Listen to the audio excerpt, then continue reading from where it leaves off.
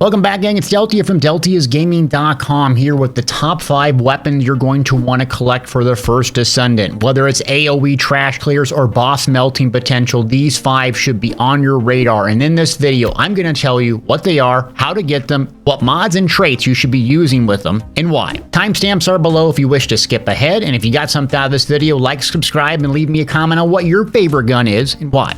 Now, honorable mention here. So if you've seen Glay, sweaty Glay players, they're using this Vestigial Organ. I think I said it right. This weapon only really works on Glay. And the reason why is it has a 4-round magazine and a very high fire rate for a launcher. So what you do is you shoot out those rounds and boom, you're out of ammunition right away.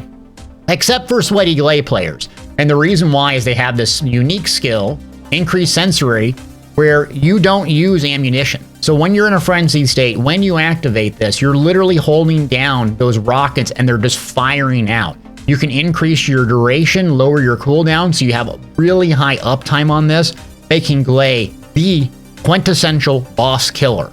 Now, if you want to get a hold of this weapon, it's also in the Agna Desert, making it very accessible for most players to get. You can get it on normal as well, and it is a rare weapon.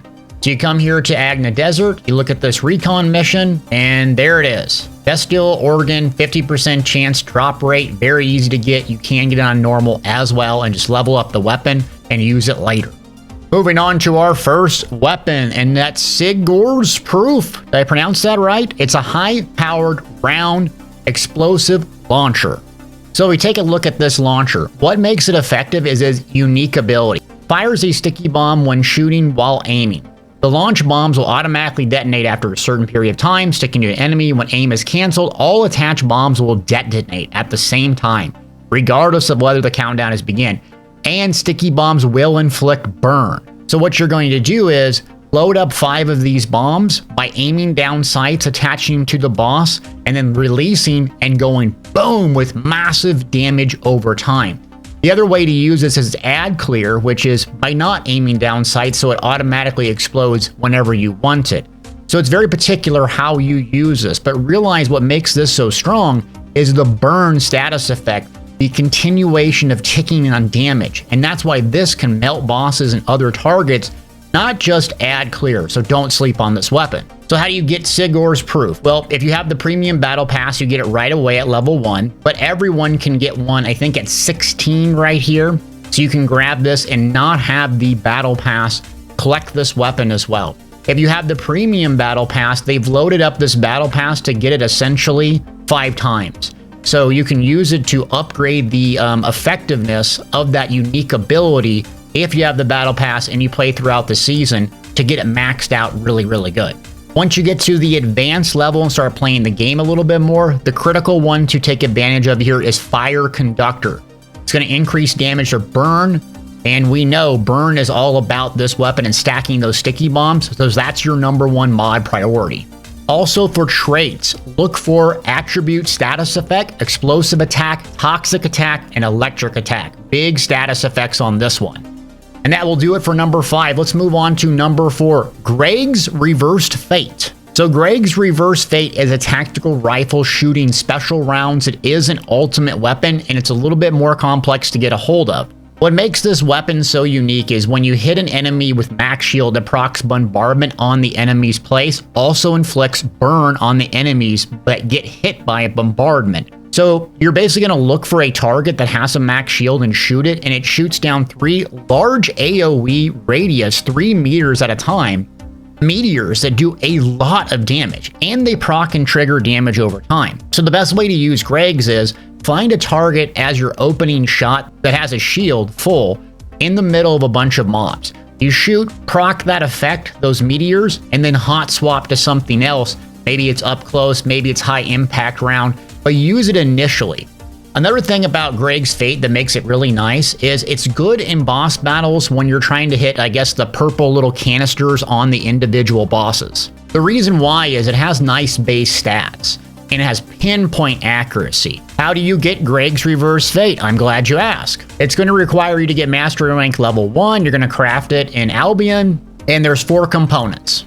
You can find all of these materials at the end of the campaign in an area called the Fortress. So here's the Fortress. And then here's an individual map of where all the components are. Also, if you don't know, you can go into weapons always and go into the individual one and look for the individual parts and hit the F acquisition. It will tell you specifically. You can also track it as well, so it's very easy to track down where you need to go and what you need to do to find this. And if you pick up this weapon, here is a look at the beginner mods. Once again, we have rifle reinforcement, weak point sight, better insight, better concentration. So focus on weak point damage and rifle reinforcement. Advanced mods here switch to a lot more purple, rare mods, fire concentration, fatal, critical, action and reaction, and keep on that rifle reinforcement. On Greg's Reverse Fate, look for Toxic Attack, Firearm Attack, Bonus Attack versus Aura of Truth, and Legion of Immortality traits. Moving on, I'm going to be sleeping on this one, and that's Eternal Willpower Assault Rifle. So Eternal Willpower Assault Rifle is a rare, non-legendary assault rifle. What makes it so strong is it has some of the highest base stats in the entire game, and it's extraordinarily easy to get a hold of. In fact, you can get a hold of it very early in the game in the Agna Desert Zone, so I think you just have to beat the Dead Bride or in the main campaign, and there's 2 simple quests that you can get a hold of and get this weapon very, very quickly and have a great assault rifle. There's only one downside to the Eternal Willpower, and that's that the magazine size isn't massive, so you're gonna have to reload constantly, but the base stats are insane. It has great power for a low-level, easily accessible weapon, high accuracy, weak spot, crit, you name it. This is a good weapon that will carry you throughout the beginning of the game. Plus, it uses general rounds as well, so it has a lot of flexibility, a lot of utility. You can always get a hold of it. It's just that it doesn't have the big magazine size, nor does it have a unique special effect.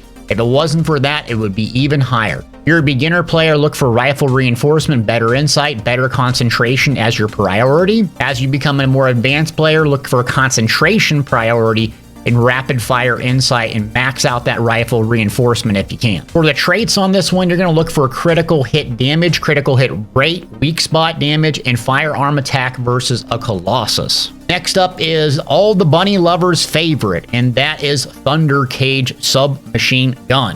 All right, we all know and love the Thunder Cage, so what makes it unique is the AoE damage. We come in here to the base stats, look at overcharge. When you defeat an enemy, it has a chance to trigger that electrical shockwave, dealing additional damage to enemies.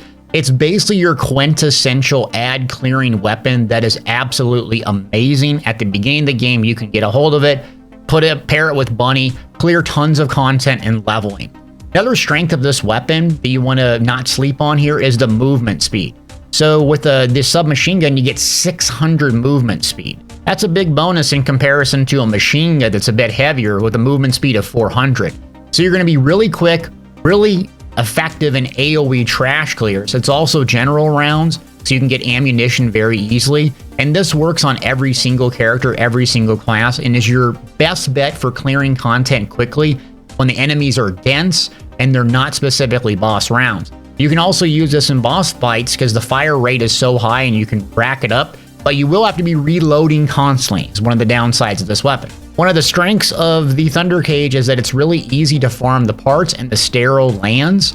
So they all come from here. I'm going to pop up an image and it shows you where they specifically are to farm. So just do a few different missions and you should be able to have this pretty easily. I got it passively just playing the quest, didn't even know it, had it crafted, put it on Bunny, maxed out those mods, and I still use it on almost every character constantly throughout the missions. So beginning Thunder Cage players, you should be looking for rifle reinforcement, better concentration, and better insight. As you become more advanced, look for concentration priority, reload insight, and fire rate concentration. As far as the best traits on this weapon, look for fire attack, firearm critical rate, electric attack, and weak point damage. I typically don't bring this in with me to boss fights, but you can. The big downside of the weapon is its damage fall off is right around 23 meters.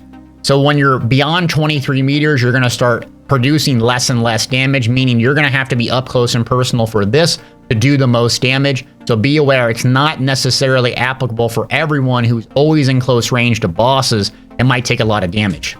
Switching gears, let's talk about number 1, and that's the Tamer, rare machine gun.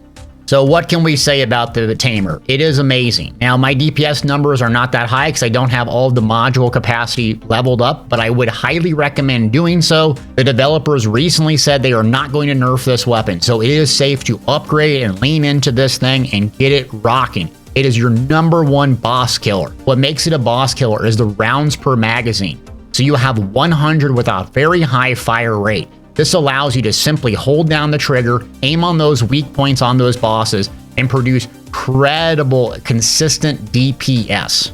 Now, another advantage of this weapon is it's extremely easy to get as well. So if you come to the map here, you look at Agna Desert. This specific mission up here gives you a 50% chance on hard mode, but there's a bunch of different spots this drops from, and you can do it on normal as well. So even beginning in the game, you can get this weapon.